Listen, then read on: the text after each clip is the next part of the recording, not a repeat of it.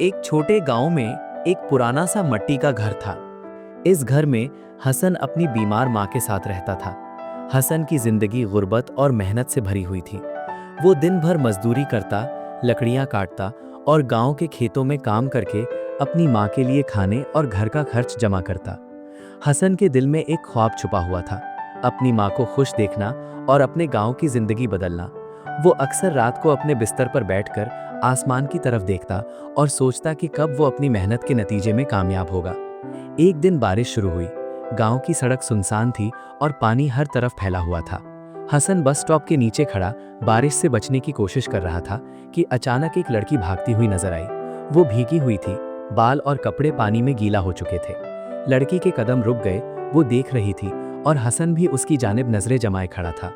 इस लम्हे का सुकून, खामोशी और दोनों के बीच एक अनजान रिश्ता बनता महसूस हुआ। हसन ने आहिस्ता से छतरी उसकी तरफ बढ़ाई और लड़की ने शुक्रिया के इशारे के साथ छतरी थामी। बारिश में वो दोनों कुछ देर के लिए एक साथ खड़े रहे। खामोशी में एक मोहब्बत की शुरुआत हुई जो बाद में कभी लफ्जों में बयान ना हो सकी। वक्त गुजरता गया। हसन ने एक दिन फैसला किया कि वो शहर जाएगा और अपनी किस्मत बदलने की कोशिश करेगा। वो अपनी माँ को छोड़कर, अपने गांव के वही रास्ते छोड़कर शहर की तरफ रवाना हुआ। शहर में हसन के लिए जिंदगी आसान ना थी। वो भूखा रहा, तन्हा रहा, कई बार गिरने के बावजूद दोबारा उठा।